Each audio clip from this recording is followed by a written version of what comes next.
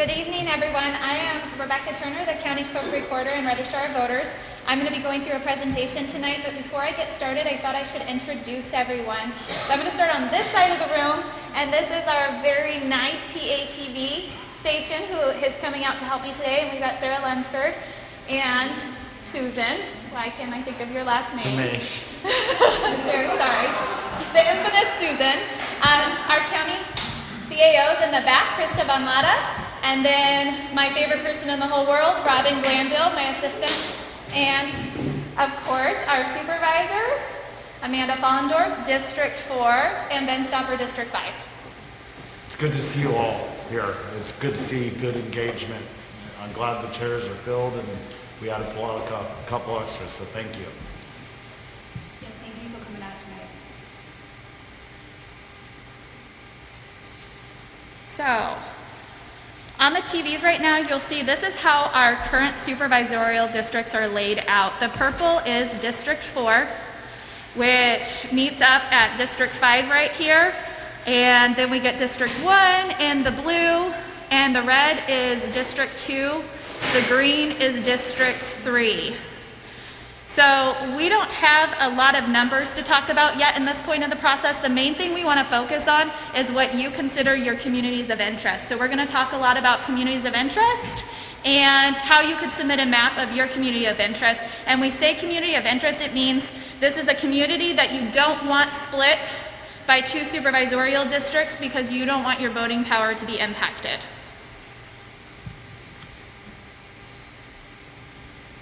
So the overview of redistricting, every 10 years, districts must be redrawn so that each district is substantially equal in population. This process is called redistricting. It is important in ensuring that each board member represents about the same number of constituents. In Calaveras County, the Board of Supervisors is responsible for redrawing the lines, but we're asking you, this process, to help them do that by submitting your maps so that we don't split up communities that you think are important to you. Redistricting determines which neighborhoods and communities are grouped together for the purpose of electing board members. And interested parties are encouraged to submit maps and comments on how they think the district boundaries should be drawn to best represent the communities of the county. So map criteria, the number one criteria is population. So the purpose of redistricting is to split the county's population evenly amongst the 5 districts. So that goal number we're trying to hit this redistricting process is 9,058 voters. We are allowed some percentage of deviation that we'll talk about in a little bit, but for the majority, we want to get as close as possible to the 9,050 in each district. It's also really important that we are following the Voting Rights Act. So we shouldn't be making changes that are discriminatory or that our purpose is to be discriminatory against any parties. Sorry, I think I need to take this off. Equal protection is very important in here. So we're not going to be drawing lines gerrymandering, or so part of the process we want to make sure the district's uncompact and we're not drawing peninsulas across the county boundaries from one district to another. Additional map criteria that went into effect since the last redistricting process, AB 1276 passed, and it now gives us these ranked priorities in addition to those first 3 priorities, and that's that districts are geographically contiguous. So to the extent possible, we're required to follow all of these ranked priorities. Areas that meet only at points of adjoining corners or separated by water, not connected by a bridge. So if you have, say, District 1's on one side of Hogan, District 4's on the other, we shouldn't be adjoining those without some kind of land mass adjoining them. Communities of interest we've talked about, that's another ranked priority. So whatever you submit in your map and tell us this is what the community thinks is important in our area, we need to be listening to and taking that into consideration as we draw the district lines.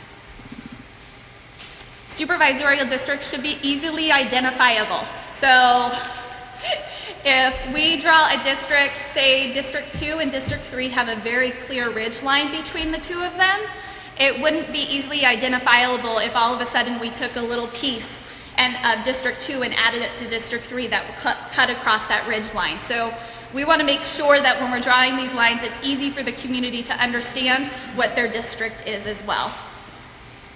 And where it doesn't conflict with any of the other criteria, you want to make sure the district is geographically compact. And when we say compact, again, we're not drawing peninsulas or little lines and snakes across the county. It's keeping it as much together as we can. And then the Board of Supervisors shall not draw boundaries for the purpose of favoring or discriminating against any political party. So a community of interest, I keep using that term, is a population that shares common social or economic interests that should be included within a single supervisorial district for the purpose of its effective and fair representation. Communities of interest do not include relationships with political parties, incumbents, or political candidates. So one of the things we're not allowed to do is take into consideration where current supervisors live and make sure we draw a map to include them in that district. We're supposed to be taking that completely off the board, which obviously with the supervisors drawing their maps, they know where they live, so that's a little difficult. But that's why I'm here. The purpose is to make sure I'm bringing all this information together and presenting it to the board without taking those type of things into account. It's okay, Rebecca, I'm willing to draw myself. I know, Ben's looking at me, he's like, what?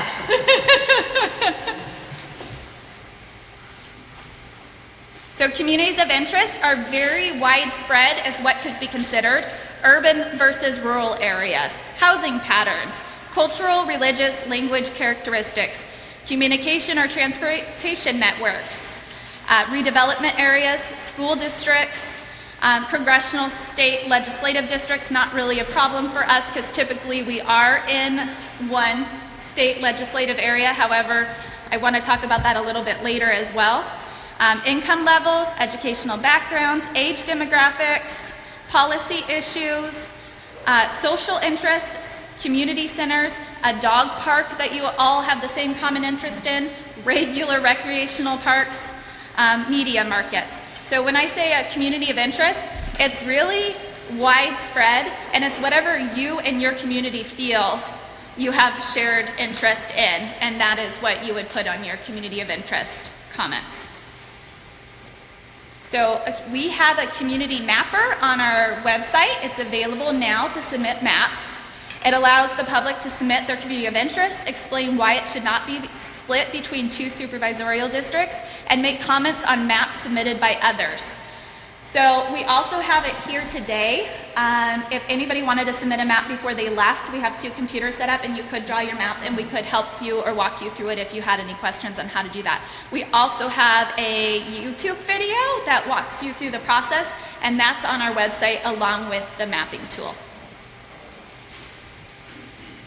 So the redistricting website, if you go to the county homepage and you scroll all the way down to the redistricting button, you'll go to that page and then you'll see an overview of the process, a timeline, a community mapper and how-to video, population data, and public hearing videos. So all of these public hearings will also be on that website. The timeline. So census data released. So that was in the big news that the census data was released August 12th. The problem for us was, yes, it was released, but it wasn't released in a format that the county can currently utilize to draft maps. So I went in and I pulled some data off to get very basic. Here's our supervisorial district numbers, estimate, and that's about the extent of it. But right now, the data that's out there, it's available, but it's statewide data, and to pull Calaveras specific is not a simple task. So we're hoping by September 30th is our goal date. I just got an update today that potentially September 16th we'll have Calaveras County specific data that we can release for the public to see. But in the meantime, we're just working out the estimates and we're proactively collecting community of interest maps and gathering comments from all of you while we await the data. So early October, we're hoping that we'll have the data to be able to release draft maps. And at that same time, we're going to release additional hearing dates and times that when we can discuss those draft maps. So once we have the data and we can estimate how long it'll take us to then put together draft maps, we'll send out more public hearing dates that tell you where we'll discuss the real data and the draft maps the county have put together. In the meantime, the public is allowed to submit a complete draft map if they want, or just what they'd like to see for their supervisorial area.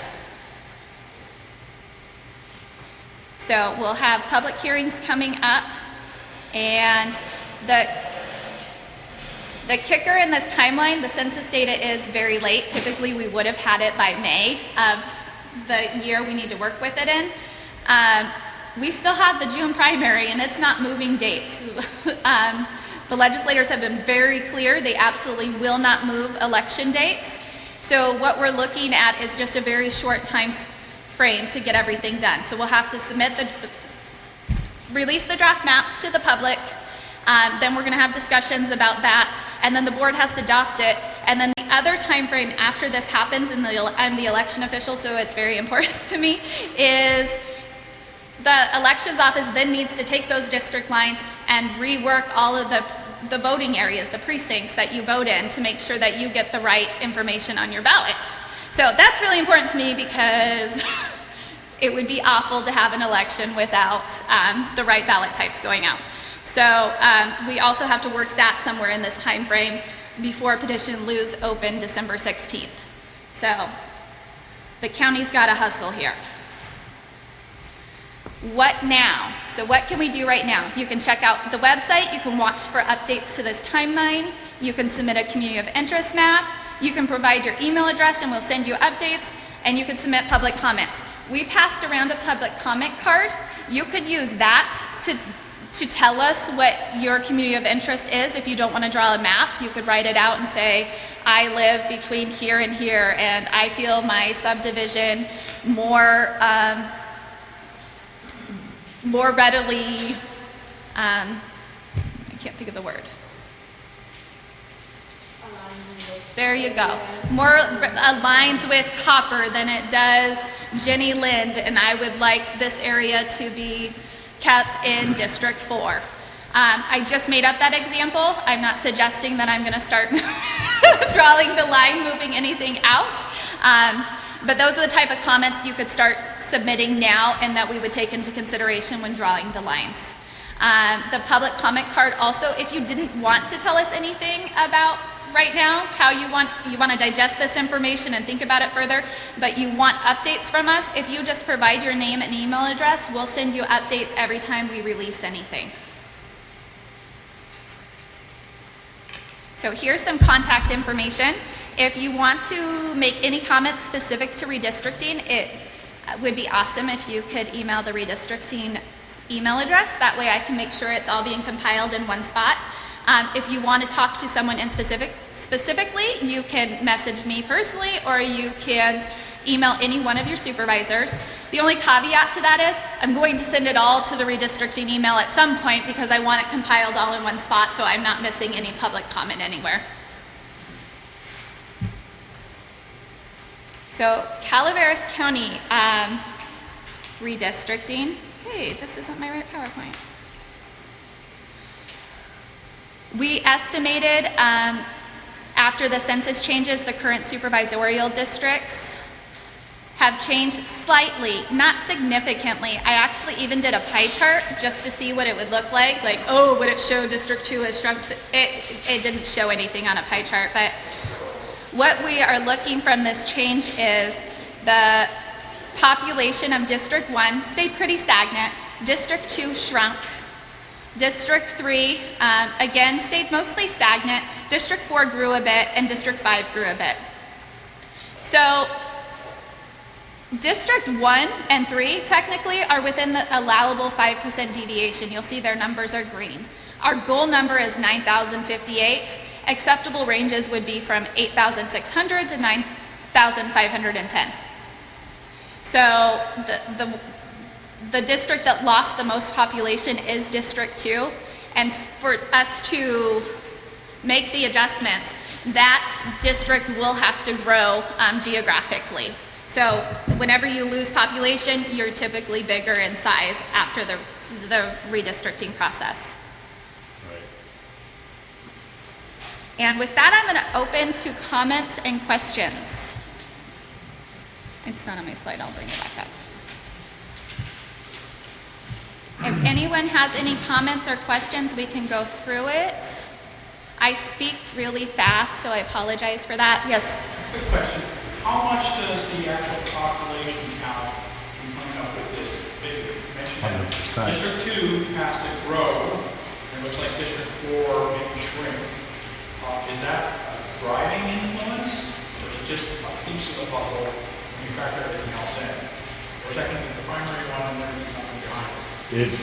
It's primary, and then everything when it comes to public input with communities of interest will follow, also with your census blocks, which she'll explain in the next segment, which is the crucial part of the information when it comes to population, as she'll explain in a moment, and the one that the state still hasn't given us.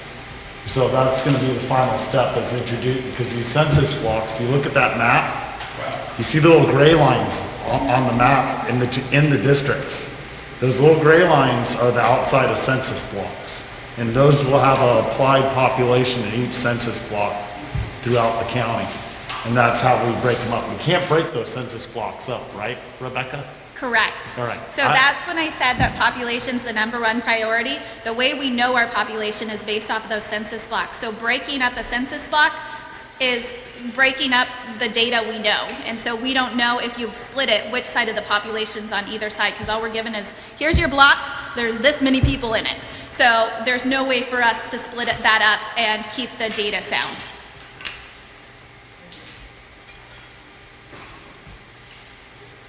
They won't allow us. The state says no. It's one of the #1 things that could open you up to a lawsuit, essentially, like if you break the census blocks. I asked, and they said, why would you do that? So, you probably see a lot going on the TV. Today I updated my PowerPoint, and the one I just shared was the one I shared a couple nights ago, and so I had a couple new slides I did want to share with you guys, but you can feel free to continue asking questions as I do that.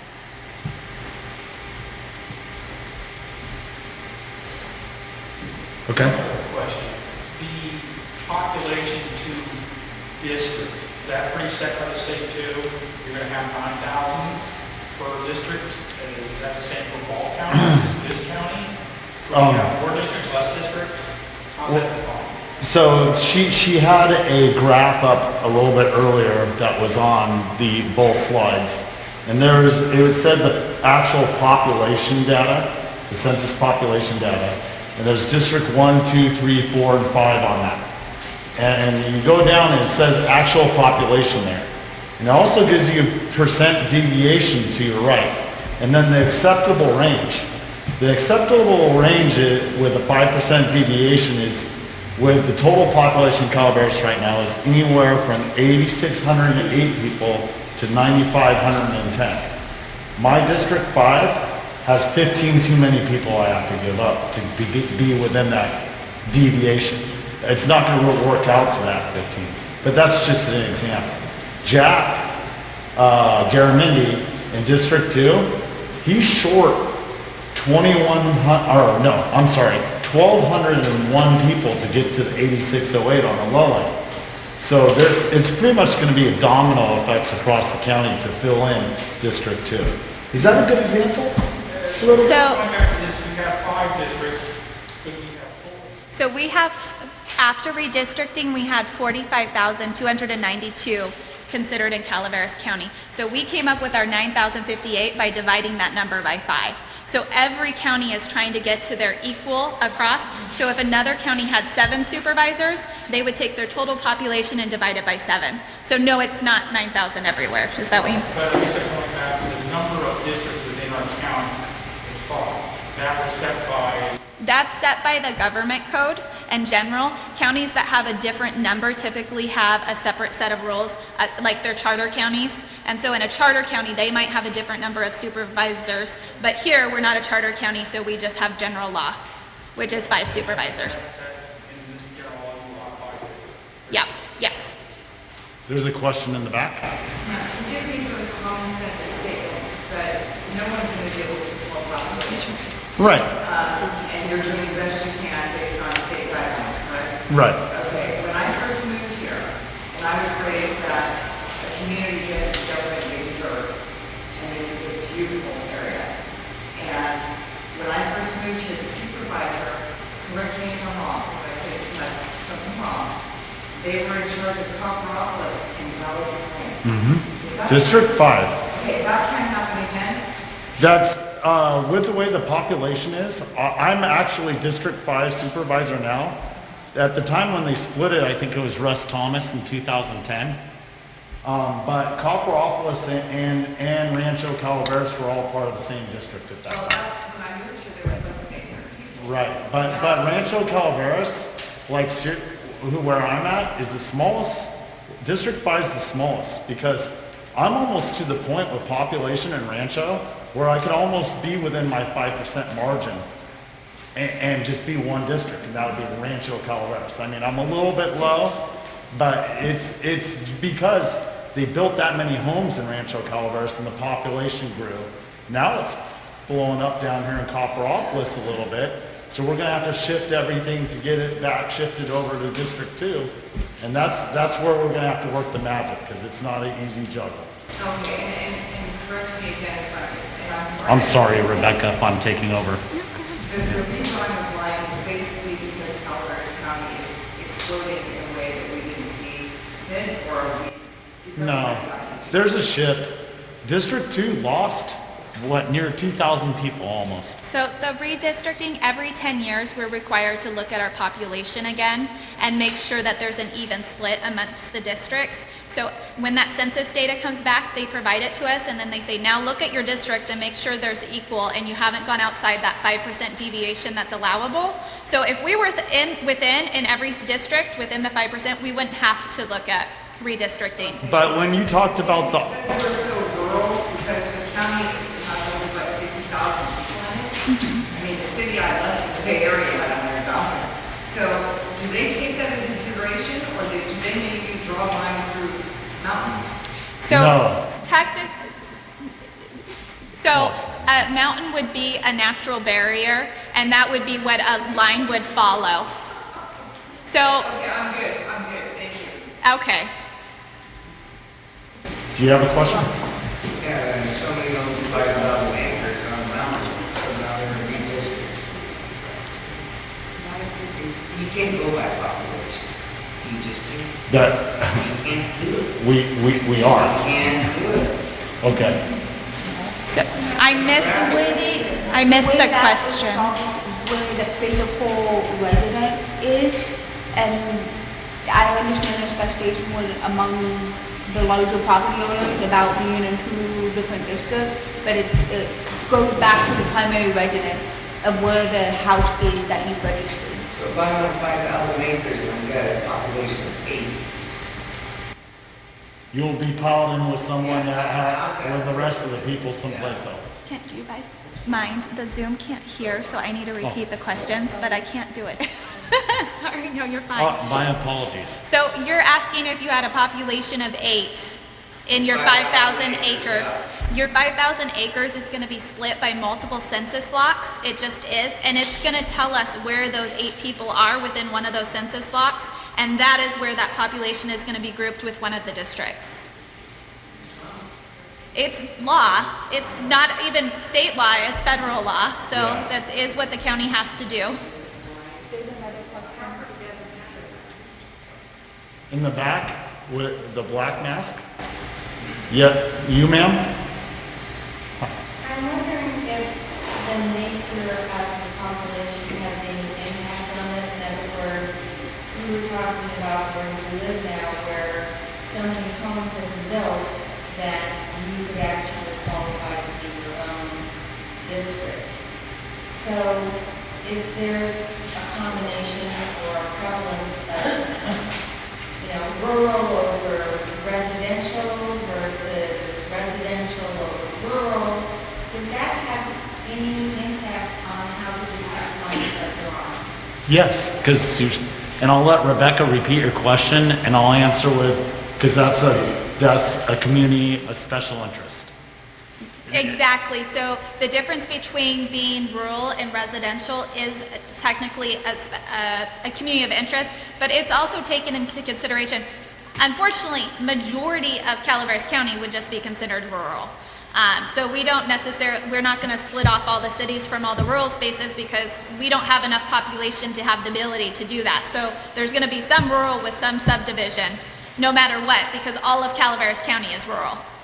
Aside from District 5, which pretty much makes up their own district in Rancho Calaveras. Almost. You aren't gonna take all of it from me.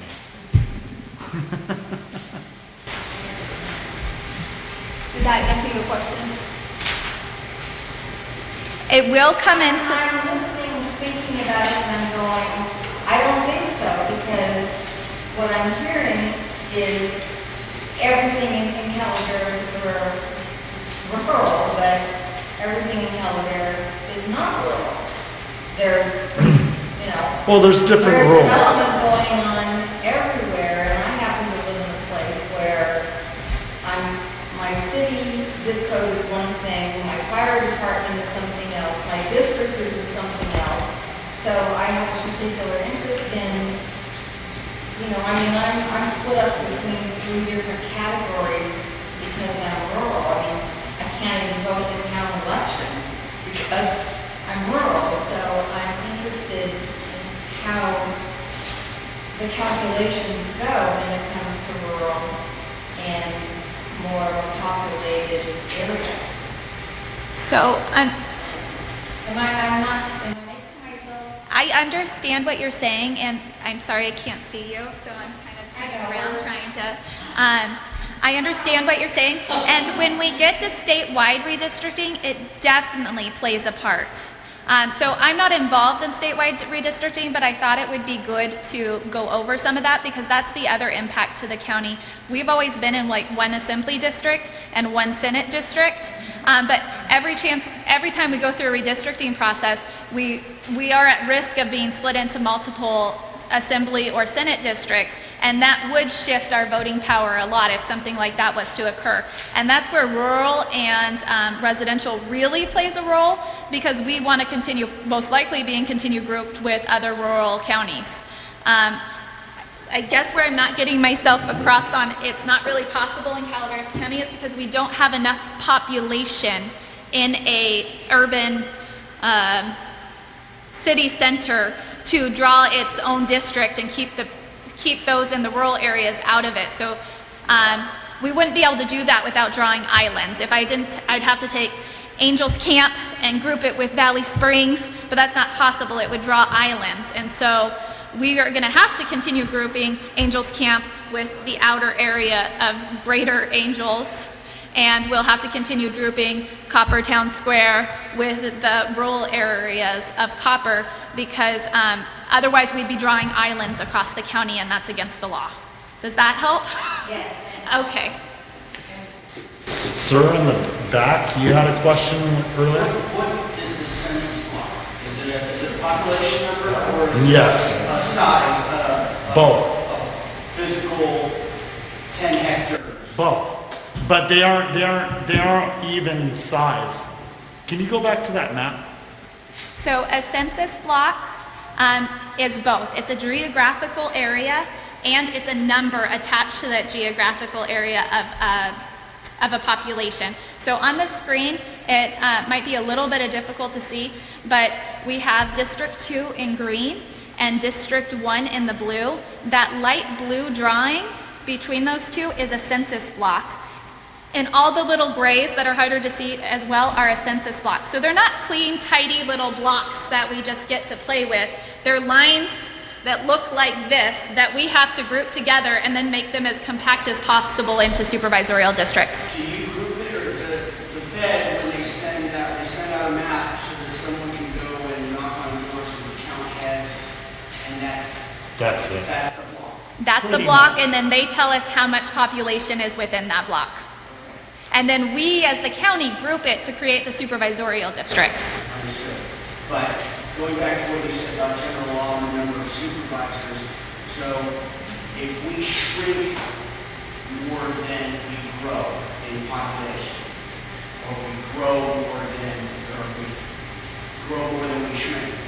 We don't have the ability to add a supervisor or delete a supervisor or district, so in other words, if our population overall goes down, can we eliminate one position, so to speak, and redistrict instead of 5, now we got 4, so you don't have to, as you said, go stretch District 2 or do something odd that looks like gerrymandering? No, so the question was, I'm going to repeat it for Zoom, was can we shrink the number of supervisorial districts we get if the population shrinks? Or grow, and the answer is no. We have 5 supervisorial districts based off of we're a general law county. Only charter counties have a different number of supervisors. So, yeah, and it's not easy to become a charter county. It's not like we can just go, hey, governor, we want to be a charter county now. There's specific criteria they went through to become a charter county, and it happened, most of them, 100 years ago. I think it is an odd number, too. Odd number? Like, you can't have 4. You can have 5. Yes, the question was, you can't have 4, you have to have 5 because you need an odd number. And yes, that in order for them to have a quorum and to be able to vote on something, you would have to have an odd number of, exactly, good point. So, with respect to these maps, we have these voting blocks, and this example we have, it's split between 2. But in the end, when you remap, those voting blocks have to be in one or the other? Yes. So those are the ones that are the problem. Yes, and this right here was my example of, this is where we estimated a little bit because the data we pulled to off the state's website didn't have a complete list of what we call pop blocks, population layers. So there's different sizes population blocks that were sent, and when we receive those Calaveras specific data, we expect to receive ones that line up with our supervisorial districts, but the ones we pulled off their website didn't quite match up, and so we had to estimate a little bit which side of the population, does that make sense, what it was on? Okay. I'd like to know that the geographic definition of census block changed from 2010 to 2020. That is, the blocks change every census. The definition of the census blocks did not change, but the census blocks could change slightly. The county in particular submitted some changes because there was an area where the census blocks didn't line up with the school district lines, and so we submitted to have that changed because we thought it was important that it lined up with the school district lines because that's a community of interest, and it didn't make sense for a line of people to be in the opposite district when they're in the school district on the other side.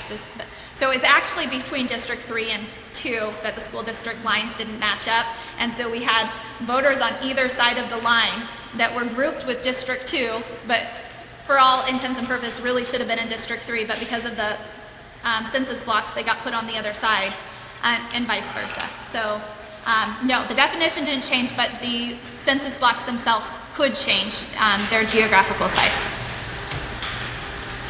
Copper's growing, and very few houses, maybe 50 are built and already sold before they were finished.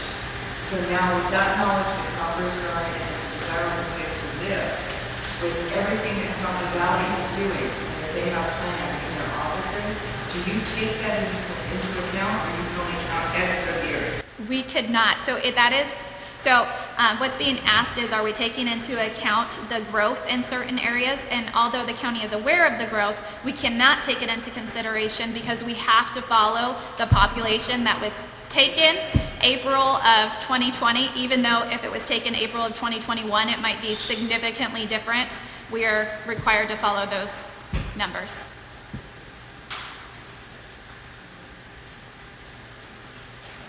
You guys have a lot of good questions. A lot more lively than it was in Valley Springs for me 2 days ago. It's good to see you all. Well, I like it because it makes it feel worthwhile to be out here that people are interested and have questions. If you keep thinking of them, go ahead. I'm going to talk about, I got to go back now. the state lines. So at this same time, the state is going through a redistricting. Go ahead. So this redistricting is only every 10 years, so the census is once every 10 years. Yes, the census is once every 10 years. So they have precinct balance, and that's what. Yes. But that's federal law, and that's the way they've applied it. What's that assembly bill? That's a state. No, that one is a state law. That made The adjustments. census is done federally. The assembly bill that I mentioned in the first made additional requirements to the redistricting process. Before, all we looked at was population, no gerrymandering, no discriminating against anyone. Now we're required to look at all of these other map criterias in addition to those three main ones set by the federal government. So statewide redistricting is also happening right now. So in addition to redrawing our lines in Calaveras County, the state across the board is redrawing their lines as well. So like we have our own mapping tool, the state has a mapping tool on drawmycaliforniacommunity.org as well. And what they're looking at redrawing are the Senate district lines, the congressional lines, the Assembly district lines, and the Board of Equalization. So it's two different government entities are doing the same process for different lines right now.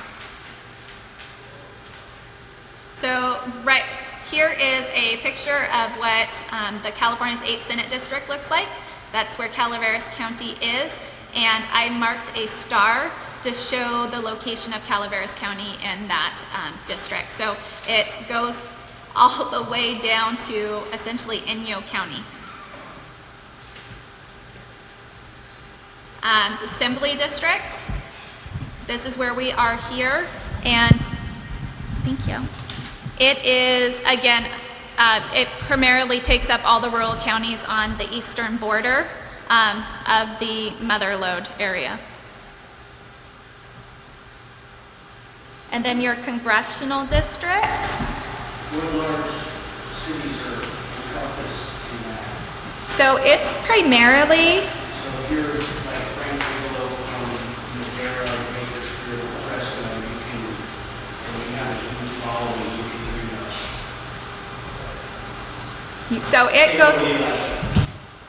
Exactly, and that's why it's important to our rural area community like us that we are telling them this is our community and this is where we identify with other rural communities. Because if we were grouped with a large city, that takes away all of our voting power in the rural areas. So the Assembly District, for instance, covers Alpine, Amador, Calaveras, El Dorado, all of Madera, all of Mariposa, Mono, and all of Tuolumne. So where, interestingly, I could talk about the Senate district. It primarily contains all those same rural counties I talked about and only pieces of larger cities. But how do they consider that a community of interest? Where if you're a farmer in the valley, your interests are not aligned with us. That's what your community, so you wouldn't be talking on the scale of the state about your subdivision like you would here in Calaveras County. You would be talking about maybe a tri-county area or counties that you find likeness with. So you'd be drawing your outline around Amador, Tuolumne, and Calaveras, maybe dipping into Mariposa and saying, this is my community of interest because we all share rural interest. So it would be a lot larger community. So with all of these maps and the input from the community, who actually has the final say? So in this, the Board of Supervisors, for the Calaveras County, the Board of Supervisors has the final say. But I'm going to be, like I said, I'm compiling all the data of the comments that I will present back to them. And GIS and I will be drawing the initial draft maps based off of those comments and then presenting it to the board. And then for the state, the statewide redistricting committee has the say in how that the final map is drawn. I have a question. The California First District Board of Equalization, are there only 4 members? Yes. That's an even number. They can't even stick to Oh, that. I don't know how many members there are. There's only 4 districts. I don't know Oh, how many only 4 members amongst their districts, districts have. Sorry. No, I'm not sure how many are on each district, but, that would be something to look up. Does it That's just all. have 4 members? I'm trying to think on a I ballot, know- when we I- vote I for know first there's district, four- we only vote for one. I know there's more than 4 members. I think there's some appointed also. Maybe it's elected and I- appointed, that might be. elected and appointed, So the Board of Equalization, first district, which Calaveras is in, there's only one elected member. That's what I can tell you, because that's what on our ballots. But That's a big district. though. stop asking questions I don't know All the right. answers to. I didn't have the answer either. That's why I asked. So that was all I wanted to bring to light, was that the statewide redistricting process was also happening right now. And if you guys have further questions and comments, I'm happy to try and answer those, but otherwise, that's the end of my presentation. How does Eldorado County line up with our county? I mean, their population obviously comes from Sacramento area, so they're gonna have a lot more influence on our say, is what we want in our areas. How do you draw that line? How did they draw?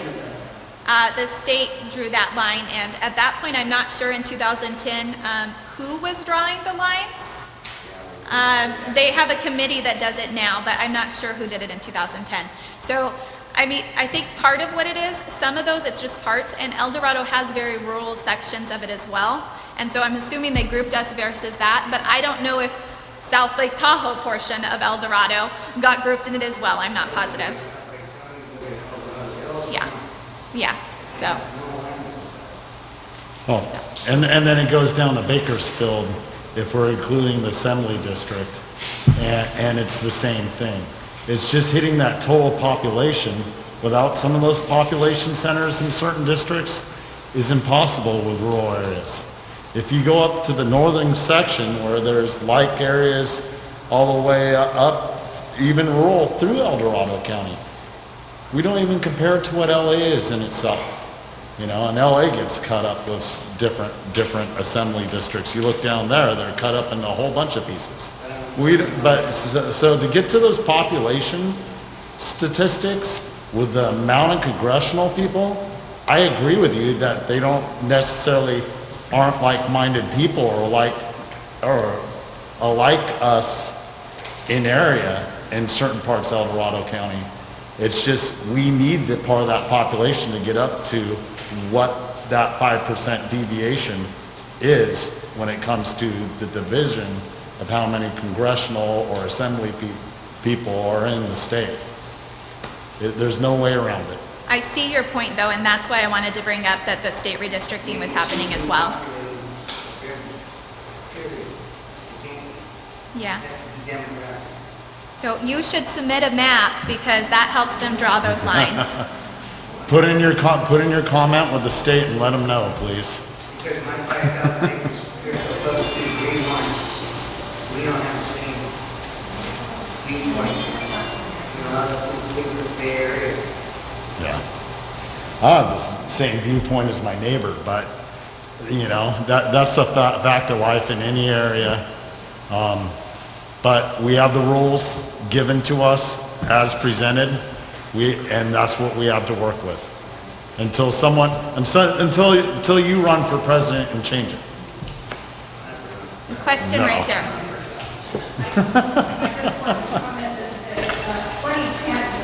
2010 was the first time that we used a committee to redraw the district, and it was composed of all kinds of different diverse people. For California? For California. But, so that was the first time they did it, and they used, from what I understand, the same theory and process for So the comment was that 2010 was the first time that the state used the redistricting committee for drawing the lines, and now we're doing it again in 2020. Thank you. Yeah, those lines changed quite a bit in 2010. It's, you know.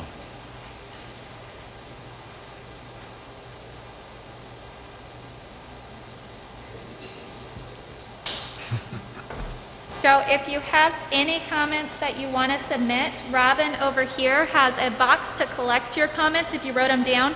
If you just want to supply your email address for us to send you updates, we'll add you to the list, and whenever we send out new information, we'll send it to you as well. I'm not trying to end it, but if you don't have any further questions. And please take some candy, and if you're mad at me, take extra candy. And then there's also the computers over there too. Oh, thank you. Sorry, I didn't even ask if you guys wanted to say anything.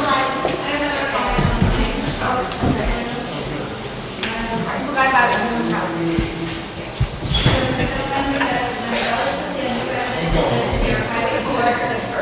Station Road. Required for the Marshall School District, the Copperopolis Fire District, District 1, which is geographically skewed to Valley Springs. Can you clarify what that happened? The national county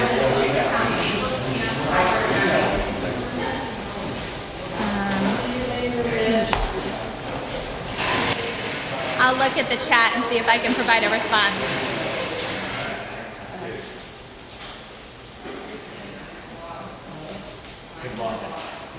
I didn't hear what it was fully.